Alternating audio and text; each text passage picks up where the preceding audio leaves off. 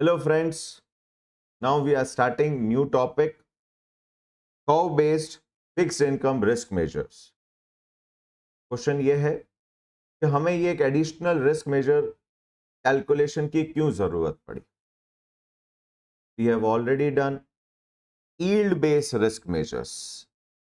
Yield based risk measures जहां पे हमने Macaulay duration, modified duration, convexity, second degree effect calculate किया और उससे चेंज इन बॉन्ड प्राइस और न्यू बॉन्ड प्राइस और मनी कॉन्वेक्सिटी, मनी ड्यूरेशन और bond portfolio duration and bond portfolio convexity सब कैलकुलेट कर रखा था. तो फिर ये extra curve based risk measure की क्या बात है? तो again when you as an investor you are purchasing fixed income security, you are investing in fixed income security, we are taking two type of risk. The first risk is of course credit risk, कि issuer अपने obligation fulfill करेगा या नहीं करेगा. हम उस risk की अभी यहां बात नहीं कर रहे हैं, हम अभी भी इंटरेस्ट रेट रिस्क की ही बात कर रहे हैं. तो फिर ये एक extra risk measure, curve based risk measure की जरूरत क्यों पड़ी? जरूरत इसलिए पड़ी बिकॉज जब हमने ये यील्ड वाले क्वेश्चंस किए थे और यील्ड वाले जब हमने क्वेश्चन किए, एक इलस्ट्रेशन लेते हैं, इलस्ट्रेशन 1 जहां पर, या इलस्ट्रेशन 2 लेते हैं जो हमने अलग अलग सारे कैलकुलेशन किए थे. इलस्ट्रेशन 2 में आई थिंक यस, यहां पर हमने Macaulay duration, tabular format, close form equation, modified convexity table and modified duration approximation formula, और फिर हमने बॉन्ड प्राइस कैलकुलेट किया with a 1% increase in the yield using bond price formula, that is price yield formula, then duration formula and then duration along with convexity formula. तो issue क्या था? Issue ये था जब हमने ये कैलकुलेशन किया, टेबल का कैलकुलेशन किया, 100 rupees bond, 3 year bond, 10 rupees coupon rate and yield is 12%, और हमने पूरा टेबल बना के पूरा मैकॉले मॉडिफाइड और कॉन्वेक्सिटी का सारा काम किया. यहां पर आपने एजम्पशन लिया. क्या एजम्पशन लिया? एजम्पशन ये है, क्रेडिट रिस्क को अगर साइड में रखें तो हमारा बॉन्ड 3 साल का टेन्योर कंप्लीट करेगा and for 3 year bond is going to pay fix coupon of 10% and redemption पे मैच्योरिटी वैल्यू का पेमेंट होगा. ये एक एजम्पशन था. व्हाट इफ अगर बॉन्ड किसी रीजन से, किसी कॉन्टिजेंसी प्रोविजन के कारण अर्ली रिडम्पशन के लिए आ जाए बाय फ्रॉम इश्यूअर साइड और फ्रॉम इन्वेस्टर साइड, और हमने इन कॉन्टिजेंसी प्रोविजन को जब बेसिक टर्म्स डिस्कस किए थे हमने इनको बोला call option and put option. What is call option? Embedded option. What is a call option? It is a option right but not obligation with issuer to call the bond back for early redemption. अब वो call क्यों करेगा उसका reason हम बाद में discuss करेंगे.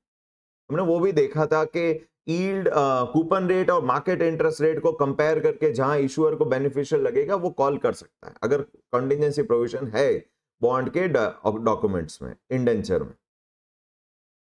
And even the bond holder can also put his bond for early redemption if there is a put option.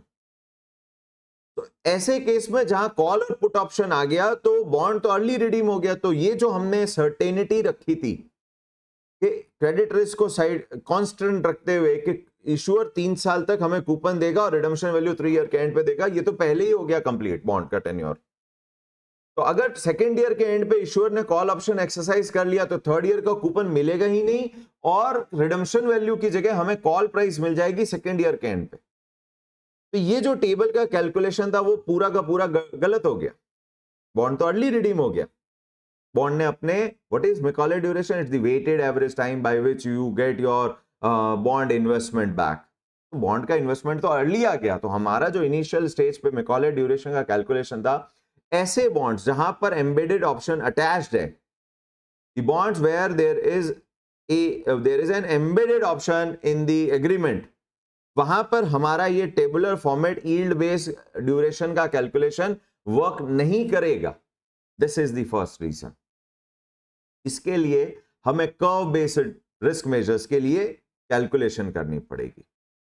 क्यों कर्व बेस्ड, उसके बारे में भी बात करते हैं. सेकेंड रीजन जहां ये yield based risk major fail हो गया या लिमिटेशन कह लें इसकी, जहां पर हमने बॉन्ड का सिंगल बॉन्ड में तो पता नहीं चलेगा कि यील्ड कैसे चेंज हुई। हम बात करते हैं बॉन्ड के पोर्टफोलियो की बात करते हैं, और वहां पर हमने बॉन्ड पोर्टफोलियो का ड्यूरेशन कैसे कैलकुलेट किया। हमने बॉन्ड के जो हमारे होल्डिंग्स हैं, ABCD 4 बॉन्ड्स हैं, होल्डिंग है, उनका वेट निकाला as per there total valuation, और उनको उनके रिस्पेक्टिव ड्यूरेशन और कॉन्वेक्सिटी से मल्टीप्लाई करके वेटेड कॉन्वेक्सिटी और ड्यूरेशन कैलकुलेट कर लिया। तो यहां पर जहां बॉन्ड ए 5 साल का था, 6 साल का, 7 साल का और 4 साल का ड्यूरेशन लेके चल रहा था, और आपने कहा जी ओवरऑल पोर्टफोलियो का ड्यूरेशन 5.3774 है। What this 5.3774 shows? This shows that कि अगर 1% यील्ड चेंज होगी, इंक्रीज होगी, तो बॉन्ड पोर्टफोलियो जो कि इनवर्सली रिलेटेड है prices valuation with the yield, तो बॉन्ड के पोर्टफोलियो का वैल्यू 5.3774% डिक्रीज हो जाएगा। ऐसा ही सोचा हमने। पर कौन से 1%, कहां पर, at what point of time 1% is increasing? 5 year period, 6 year period, 4 year period और 7 ईयर पीरियड। तो यहां पर जब आपने इस 5.377 वेटेड एवरेज पे 1% अप्लाई किया, तो आपने बाय डिफॉल्ट अज्यूम कर लिया, क्या अज्यूम कर लिया कि आपका जो बॉन्ड का पोर्टफोलियो का ये अगर टेन्योर है और ये अगर यील्ड है और ओरिजिनल यील्ड का अगर left to right upward sloping था, तो अगर 1% इंक्रीज हुआ तो वो 4, 5, 6, 7 एट ऑल टेन्योर वो 1% पैरेलल शिफ्ट हुआ, वो पैरेलल शिफ्ट हुआ 1% पैरेलल अप और डाउन हुआ। ऐसा एक्चुअल में हो ऐसा जरूरी नहीं है, क्योंकि आपने वो 1% डायरेक्ट 5.3774 पे अप्लाई किया, इसका मतलब आपने 1% सभी बॉन्ड्स पे इक्वली अप्लाई कर दिया। रियल वर्ल्ड में एक पर्टिकुलर स्पेसिफिक टेन्योर की, एक रियल वर्ल्ड में स्पेसिफिक टेन्योर की यील्ड चेंज हो सकती है, ऐसा जरूरी कहीं नहीं है कि यील्ड को पूरा पैरेलल शिफ्ट होगा। नंबर 3rd रीजन जहां पर हमारे यील्ड मेजर्स, रिस्क मेजर की लिमिटेशन हो गई, एमसीक्यू के लिए इंपॉर्टेंट है ये topic. 3rd limitation of yield measures of risk, yield risk measures की लिमिटेशन क्या हुई? यहां पर हमने ये समझा कि बॉन्ड का यील्ड जो कि दो चीजों से मिलके बनता है, बेंचमार्क यील्ड प्लस स्प्रेड। ये हमने पहले ही जब हमने स्प्रेड और वो सब डिस्कस किया था, जेड स्प्रेड और जी स्प्रेड और ऑप्शन एडजस्टेड स्प्रेड, वहां डिस्कस किया था। वहां हमने कहा था बॉन्ड की जो यील्ड होती है वो दो चीजों से मिलके बनी है, एक मैक्रो रीजन, एक micro region. Macro region benchmark yield को रिप्रेजेंट करता है और माइक्रो रीजन हमारे बॉन्ड के स्प्रेड को रिप्रेजेंट करता है। और हमने यहां पर जब ये चेंजेस किए तो हमने ये माना कि बेंचमार्क यील्ड और स्प्रेड, बेंचमार्क यील्ड और स्प्रेड आपस में कोई तरीके का कोरिलेशन नहीं रख रहे हैं। इट मींस अगर चेंज हो रहा है बेंचमार्क यील्ड तो उसका स्प्रेड पे कोई इंपैक्ट नहीं है। बेंचमार्क यील्ड बढ़ रहा है, स्प्रेड अभी भी कांस्टेंट है, इसलिए यील्ड उतना ही बढ़ेगा। बेंचमार्क यील्ड 1% बढ़ेगा, यील्ड भी 1% बढ़ जाएगा, क्योंकि स्प्रेड तो कांस्टेंट है, ऐड होगा। और वाइस वर्सा, ऐसे भी केसेस हो सकते हैं जहां बेंचमार्क यील्ड और स्प्रेड, हमने क्या कैलकुलेशन किया था? हमने कैलकुलेशन किया था कि yield of bond is benchmark yield जो कि मैक्रो इफेक्ट्स को रिप्रेजेंट करता है, एंड दी स्प्रेड जो कि माइक्रो रीजंस को रिप्रेजेंट करता है। इनका इन दोनों के बीच में रिलेशन ही नहीं है, they are not correlated. So spread constant रहेगा which represent your taxation, liquidity and credit risk. Benchmark yield up and down होगी। तो अगर बेंचमार्क यील्ड 1% बढ़ेगी, यील्ड ऑफ बॉन्ड 1% बढ़ जाएगा। बेंचमार्क यील्ड 1% गिरेगी, यील्ड ऑफ बॉन्ड भी 1% गिर जाएगा। स्प्रेड चेंज नहीं हो सकता है क्या?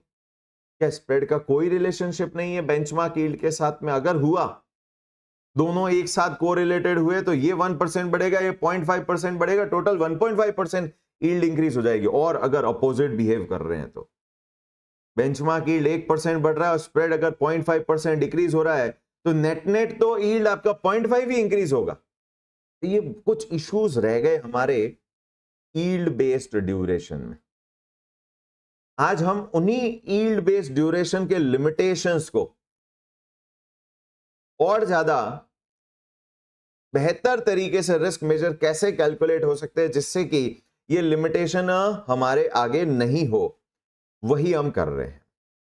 So let's start with the curve based duration. तो हमारे यहां पर लर्निंग आउटकम्स क्या है, पहले तो सिलेबस के एक्सप्लेन वाई एंड यही था जो रीजन था जो मैं इतना डिस्कशन कर रहा था, ये 3 रीजंस। क्योंकि जो पहला रीजन था हमारे यहां पर that what was the first reason कि हमारा टेन्योर एम्बेडेड ऑप्शन नहीं है, टेन्योर कंप्लीट करेगा बॉन्ड। अगर नहीं हुआ there is an embedded option, उस केस में ड्यूरेशन कैसे कैलकुलेट होगा? So that is giving this answer. Explain why effective duration and effective convexity are the most appropriate measures of interest rate risk with bond with embedded options. Second, हमने limitation बात की कि yield को parallel shift हो रहा है bond portfolio का calculation duration और convexity करते हुए हमने कहा 4, 5, 6, 7 सब 1-1% बढ़ गए। अगर ऐसा नहीं हुआ तो हम उसको और improvise करेंगे yield calculation को with the help of key rate duration.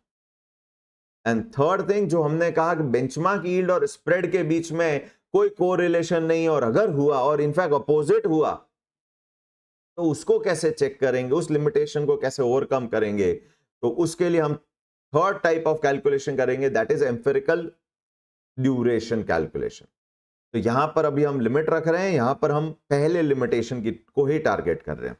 Explain why effective duration and effective convexity is required or it is most appropriate in case of embedded option. Reason is कि वहां पर जहां option free bond और एक with option embedded option bond है, तो embedded option bond में option के रीजन के कारण, ऑप्शन के प्रेजेंस के कारण बॉन्ड का टेन्योर शायद कंप्लीट हो ही नहीं, वो उससे पहले ही रिडीम हो जाए।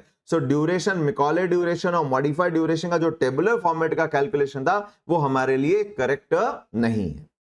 इन second, calculate percentage price change of a bond for a specific period. Again हमें परसेंटेज प्राइस चेंज करना है for a specific change in the benchmark yield given the bond's effective duration with using the effective duration and convexity of course for option embedded option bonds with embedded option के लिए ही calculate करेंगे। तो let's move to the calculation part. First हमने limitation की बात करी ली, limitation of yield based duration and convexity MCQ के लिए इंपॉर्टेंट है, ध्यान रखिएगा।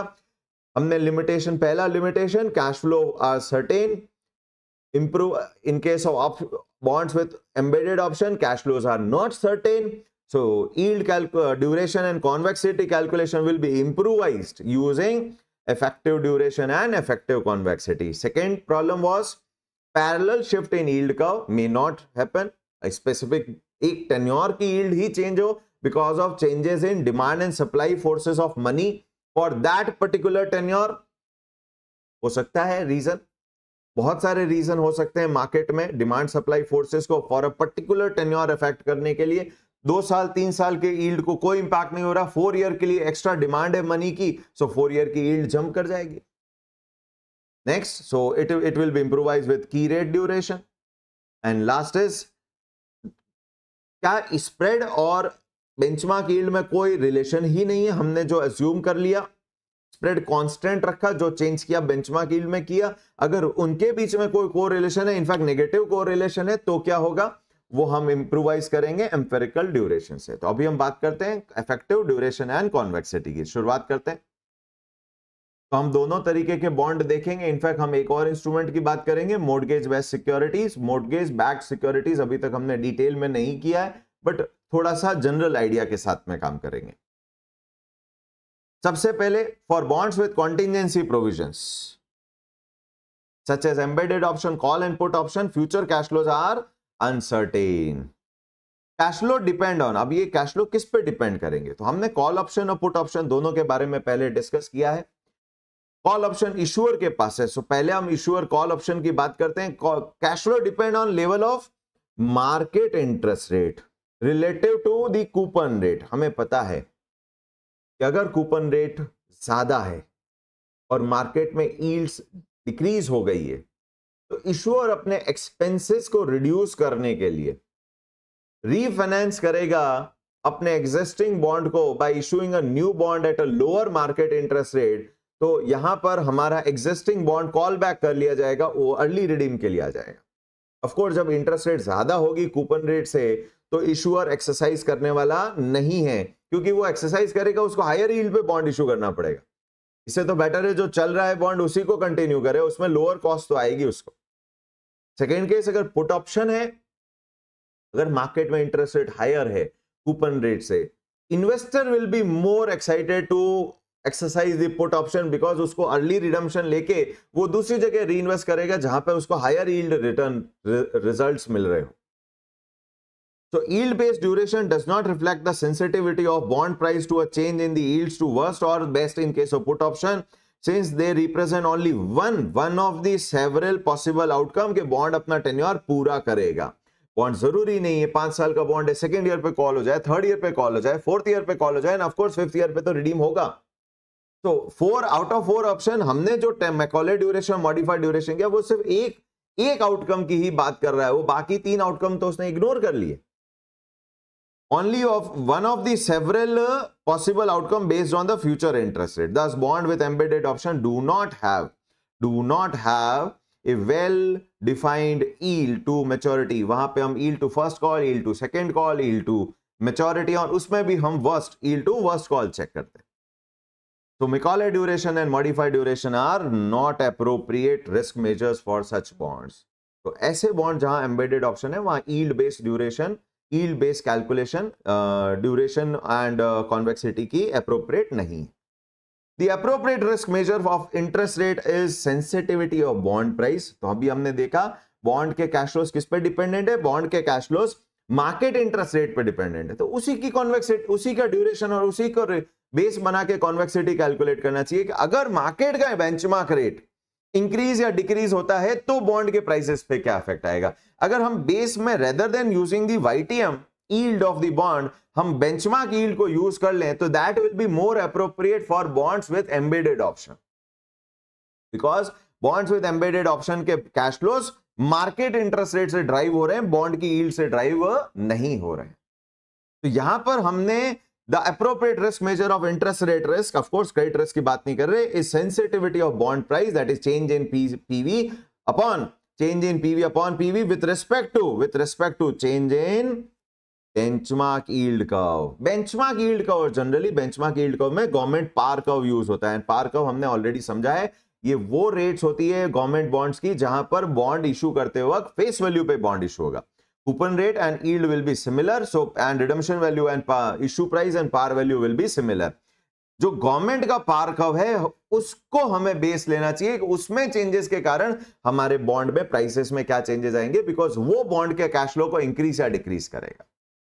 तो फॉर्मूला क्या बना, सेम फॉर्मूला है, फॉर्मूले में कोई चेंज नहीं है, फॉर्मूले में सिर्फ एक जगह चेंज है, that is change in yield percentage की जगह अब हमने चेंज इन यील्ड परसेंटेज की जगह अब हमने क्या यूज कर लेना है, चेंज इन कर्व परसेंटेज। और ये कर्व क्या है, बेंचमार्क यील्ड का चेंजेस है।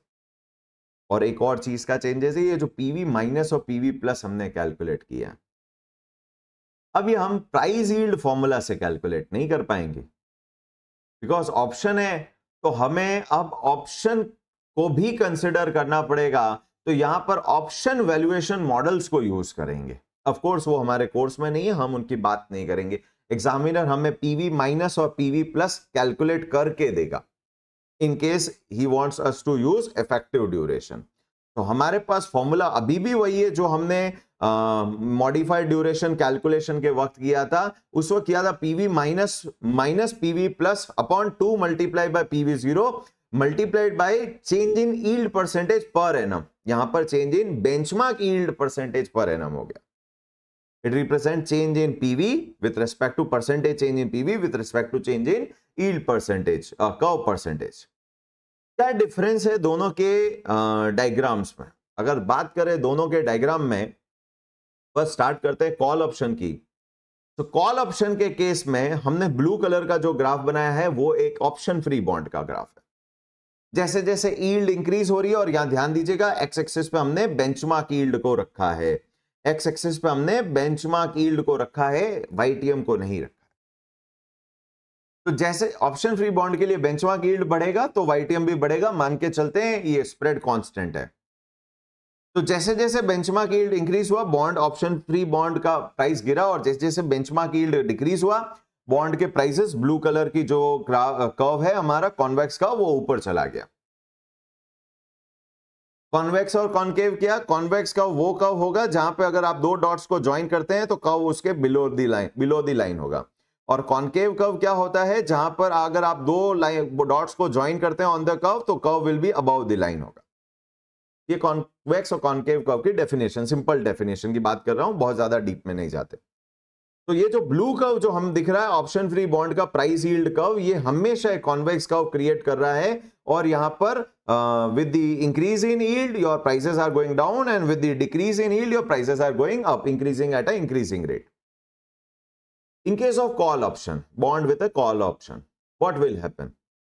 जैसे ही यील्ड मार्केट में बेंचमार्क यील्ड डिक्रीज होना शुरू होगी एक लेवल के नीचे, now issuer will be more excited, attracted कि क्या करना चाहिए, उसको एग्जिस्टिंग बॉन्ड को कॉल बैक कर देना चाहिए by refinancing it, by issuing a new bond in the market at a lower yield, because market में इंटरेस्ट रेट डिक्रीज हो गए हैं।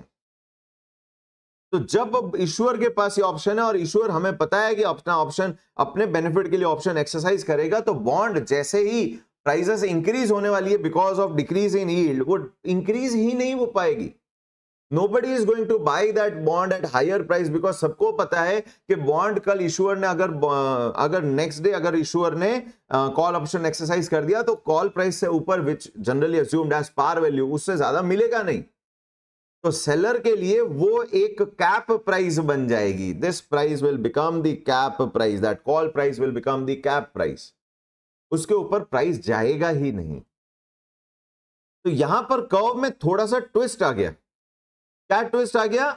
जब यील्ड इंक्रीज हो रही है, इशूअर एक्सरसाइज नहीं कर रहा है, तो behaviour of option free bond and bond with call option exact similar रहता है, सिमिलर रहेगा।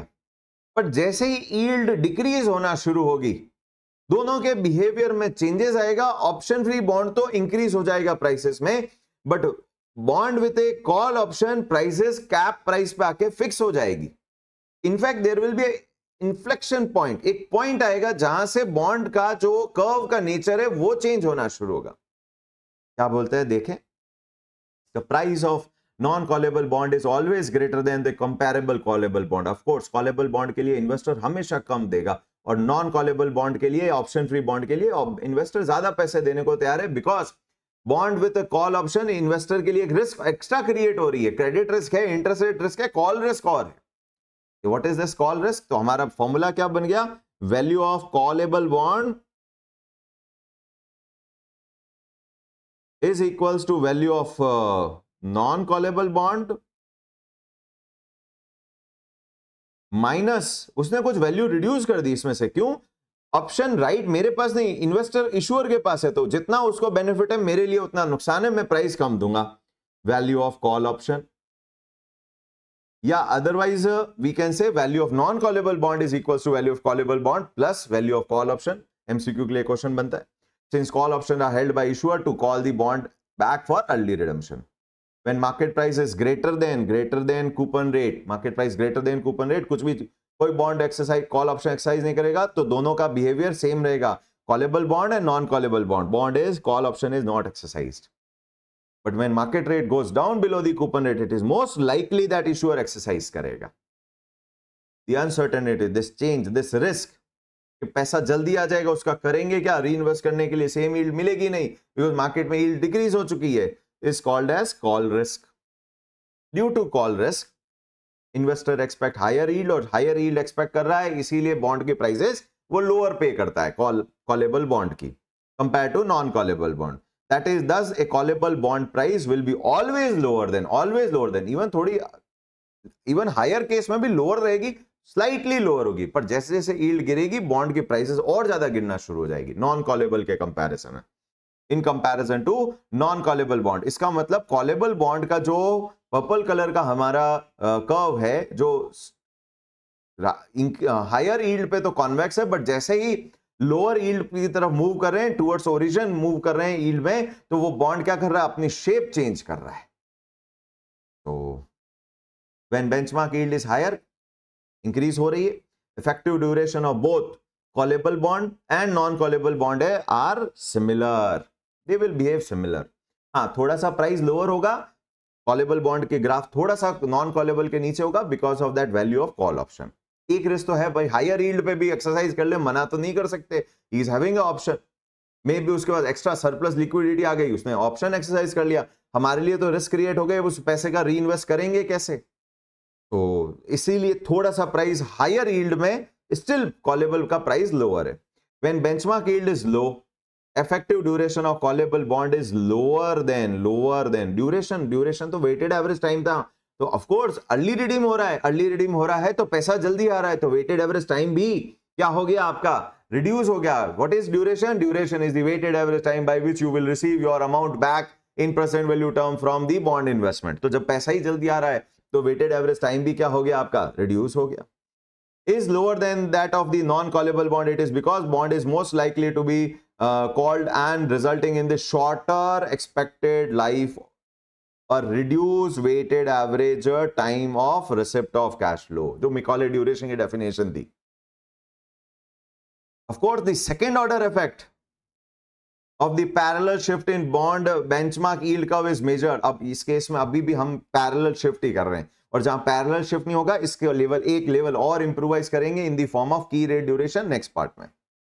तो अभी भी हम पैरेलल शिफ्ट की बात कर रहे हैं, पर इस बार पैरेलल शिफ्ट किसका कर रहे हैं, बॉन्ड के यील्ड कर्व का नहीं कर रहे हैं, हम बात कर रहे हैं बेंचमार्क यील्ड कर्व का। और इस पैरेलल शिफ्ट के सेकेंड ऑर्डर इफेक्ट को हम क्वांटिफाई करेंगे in the form of effective convexity. Formula exact same है, सिर्फ दो चीजों का डिफरेंस है।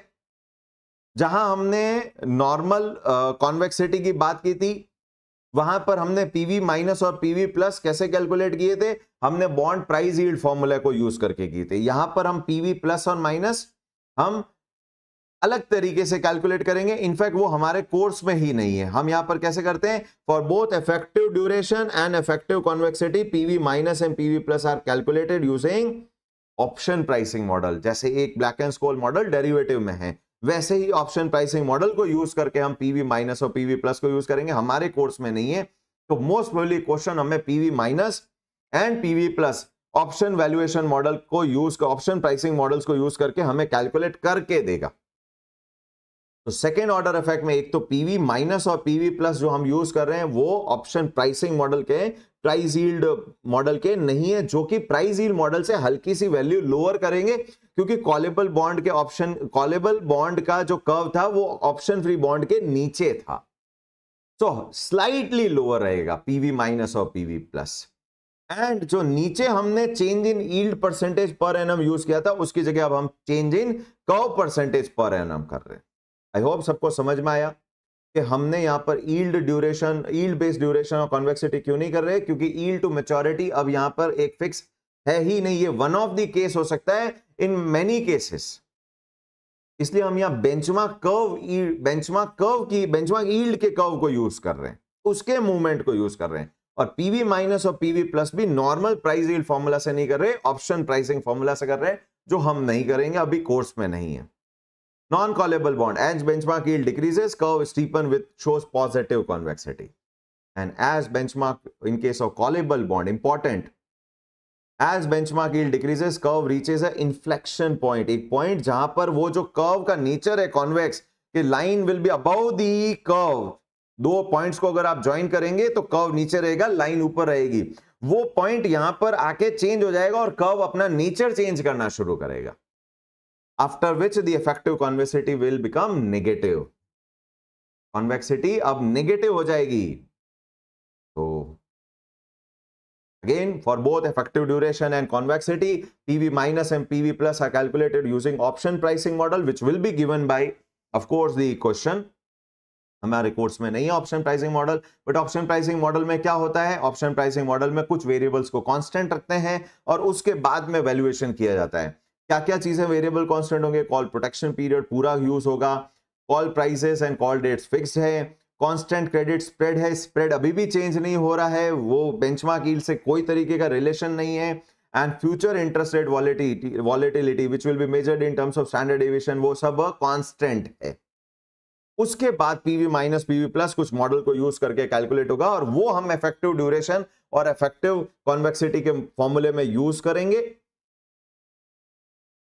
ऑफ कोर्स कॉलेबल बॉन्ड है, PV minus PV plus normal price yield curve के नीचे की कर्व है कॉलेबल बॉन्ड का, इसलिए वो हल्के से स्लाइटली डाउन होंगे।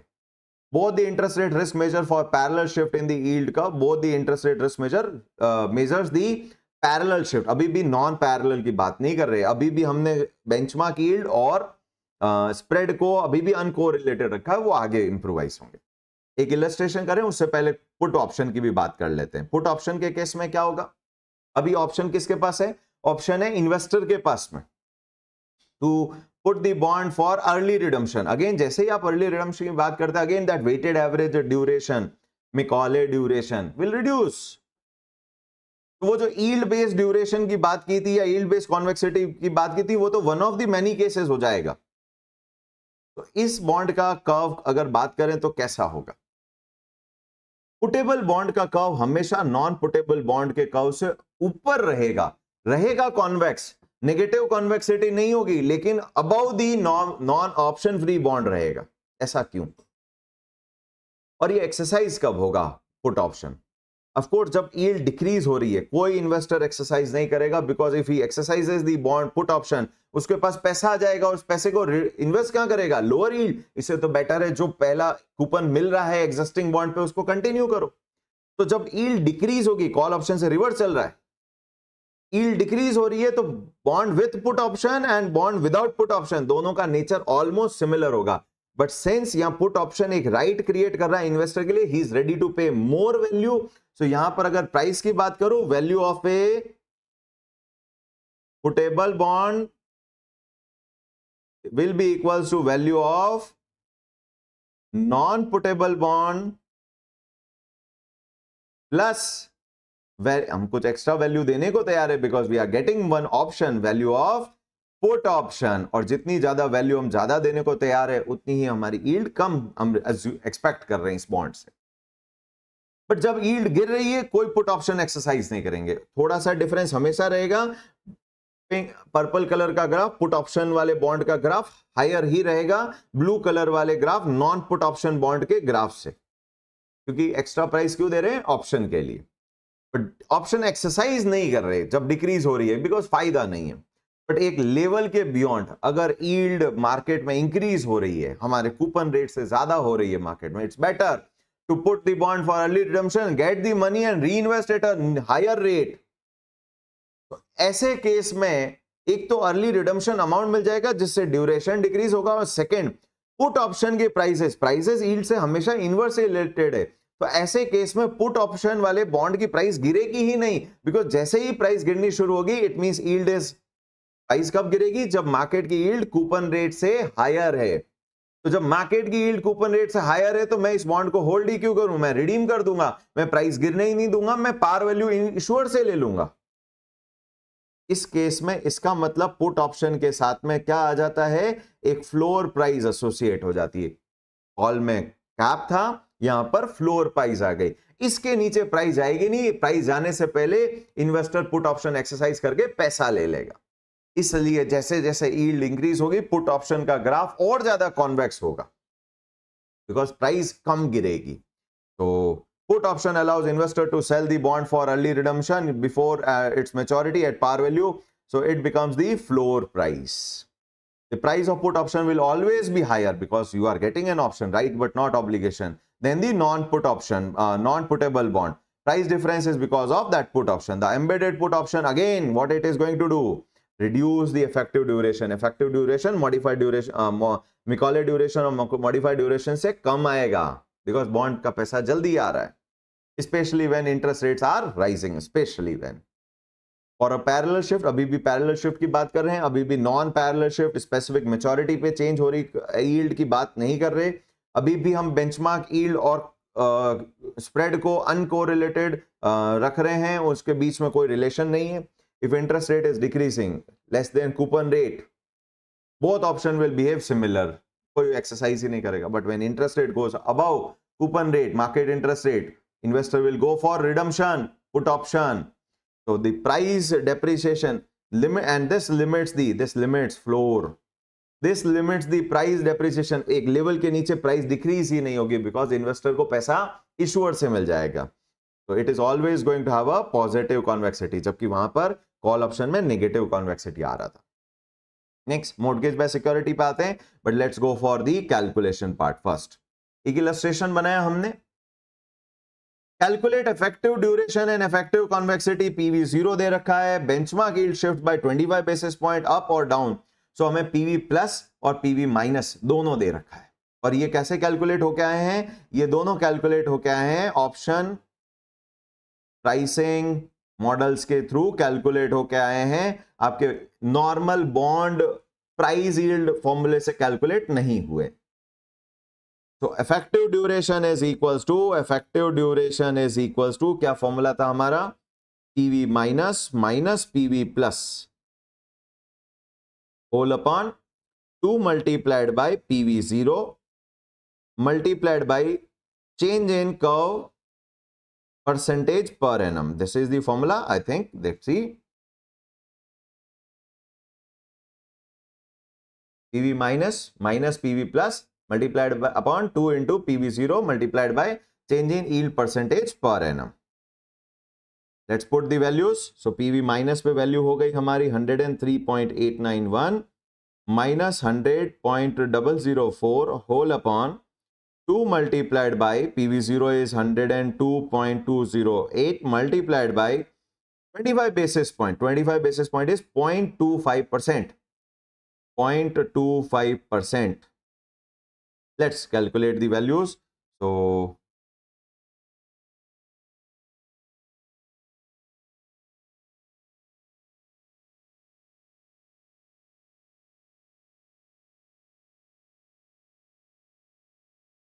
it is 103.891 minus 100.004 divided by 2 divided by 102.208 divided by 0.25% is equals to 7.6061 years. Or it's almost duration, so let's not put the years here. It's just a number because Macaulay duration is in years. It's times.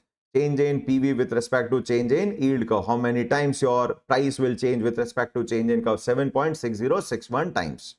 Let's calculate the effective convexity also. Effective convexity. It is equals to PV minus plus PV plus minus twice of PV0 upon PV0 multiplied by change in curve percentage per annum square.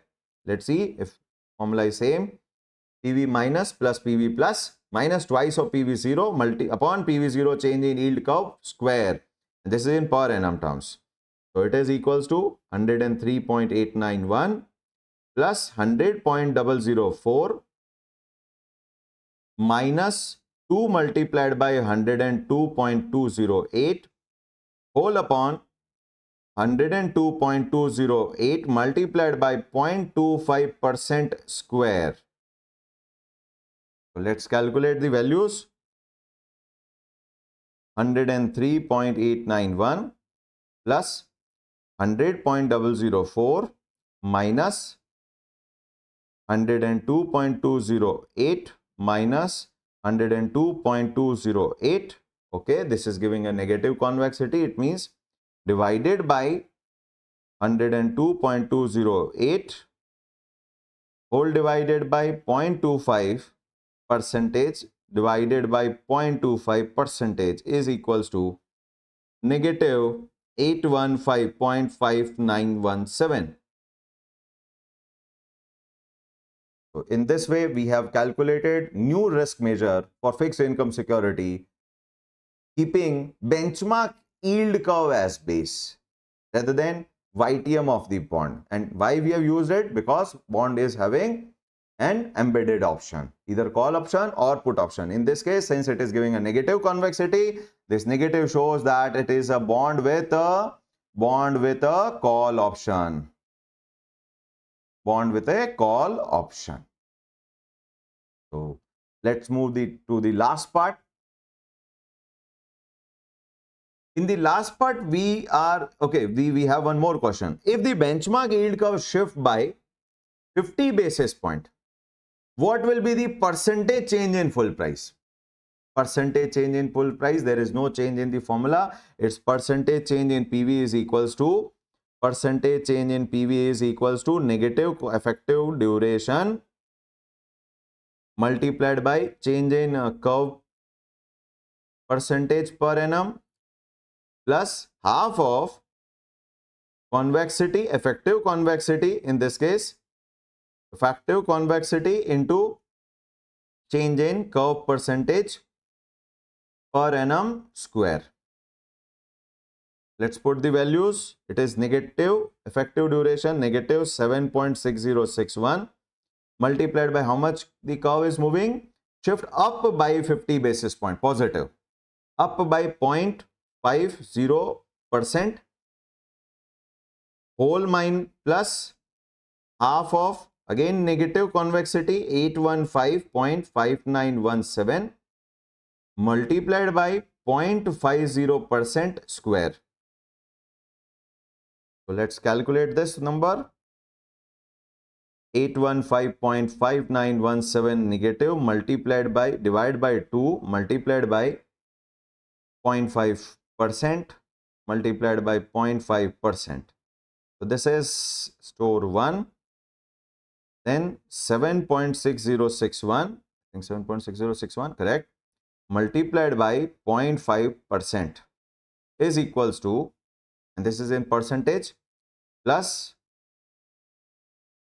this one multiplied by 100. So this is giving us a change is equals to 2.7836% is your change. Okay, why did you mistake? There is a minus sign. Got it. Minus sign. 815.5917 negative multiplied by, divided by 2 multiplied by 0.5% multiplied by 0.5% equals to, this is giving a negative sign. This is equals to negative 0.0102 in percentage terms. We will convert it into percentage. So this is store 1, 7.6061 negative multiplied by 0.5%. Again, this is negative 0.0380 plus, recall, multiplied by 100 is equals to negative 4.8225%. Your bond price will change because yield is increasing. The bond price will decrease by 4.8225%. So hopefully everyone understood the calculation. Let's move to the last part, that is your, so this is the formula, same formula. The only difference is rather than using modified duration, we are using effective duration, and in place of annual convexity, we are using effective convexity. So last part, mortgage based security, MBS. Of course, what are mortgage based security? Mortgage based financial intermediaries are making a SPV, and SPVs are issuing a debt securities in the capital market, and these debt securities are having a backup or collateral of these mortgage loans which has been given by this financial intermediary. So as the this SPV is going to receive money from these loans and advances what this bank has given, which has been transferred to SPV. So SPV क्या करेगा, उन loans and advances से जो उसको recovery हुई है, that will be used for repayment of the debt securities which this SPV has issued. ये थोड़ा सा वहां पर हम debt securitization में समझते हैं. तो यहां पर mortgage cash flows are contingent. किस पे contingent है? These are contingent based on the homeowner's ability to refinance. Homeowners जिन्होंने loans and advances ले रखे हैं, वो जितनी जल्दी जिन्होंने बोरो कर रखा है उनके पास ऑप्शन है. तो बोरो कर रखा है उनके पास ऑप्शन है, यानी कि जिन लोगों ने they can go for early payment. So this is a call option. तो बॉन्ड इश्यूअर होता है वही तो बोरो करता है। तो यहां बॉन्ड इशू नहीं किया, पर बोरोअर जो है आपके लोन्स एंड एडवांसेस वाले, ये अर्ली रिडीम कर सकते हैं। तो जैसे जैसे एसपीवी के पास में पैसा आएगा, depending on the home owners ability to refinance और pay off their existing mortgage, the proceed of with the new mortgage, अगर वो कोई रीफाइनेंस कर रहे हैं नया लोन लेके, और वो नया लोन कब लेंगे, जब मार्केट में इंटरेस्ट रेट डिक्रीज हो जाएगी। तो अगेन ये तो नेचर कॉल ऑप्शन जैसा ही हो गया। Thus, effective duration and effective convexity is relevant for MBS also. So, in case of MBS also, क्या होगा, जैसे जैसे इंटरेस्ट रेट रिड्यूस होगी, वो लोग क्या करेंगे, जो जिन्होंने लोन ले रखा है वो अर्ली रिडीम करेंगे, अर्ली रीपेमेंट करेंगे अपने लोन का, नया लोन ले लेंगे लोअर रेट पे। तो ऐसे केस में एसपीवी के पास पैसा जल्दी आएगा, तो एसपीवी कैपिटल मार्केट में जो डेट सिक्योरिटीज इशू की है, एसपीवी उसको अर्ली रिडीम करेगा। सो ऐसे केस में आपके डेट सिक्योरिटीज जो एमबीएस जो मार्केट में इशू हुए हैं, वो क्या हो जाएंगे, अर्ली रिडीम होंगे। सो अगेन यहां पर भी क्या हो रहा है, यहां पर भी आपका कर्व जो अपसाइड मूव होना चाहिए था at case of decrease in interest rate, वो डिक्रीज नहीं हो, वो अपसाइड नहीं मूव करेगा। तो again it's the nature of call option. So call option है तो अगेन यहां पर rather than using the normal modified duration and convexity, we should be using effective duration and effective convexity. So with this The topic of effective duration and effective convexity is over. तो हमने यहां पर क्या handle किया, पहला limitation जो हमारे yield based duration का था, कि आपके कैश फ्लो सर्टेन है, टेन्योर सर्टेन है, टाइमिंग सर्टेन है, number of cash flow certain है, वो हमने यहां पर उस लिमिटेशन को ओवरकम किया। बट अभी भी दो लिमिटेशन है। नंबर वन, स्पेसिफिक टेन्योर का अगर yield चेंज हो जाए तो क्या होगा, हमने जो पैरेलल शिफ्ट यहां पर भी अज्यूम किया है। और नंबर टू, बेंचमार्क यील्ड और स्प्रेड में if there is a relationship and in fact negative relationship, तो क्या होगा, हमने यहां कांस्टेंट रखा है, हमने यहां अनकोरिलेटेड रखा है, हमने स्प्रेड को कांस्टेंट ही रखा है। तो उसको और इंप्रूवाइज करेंगे। With this let's close this topic and thank you so much.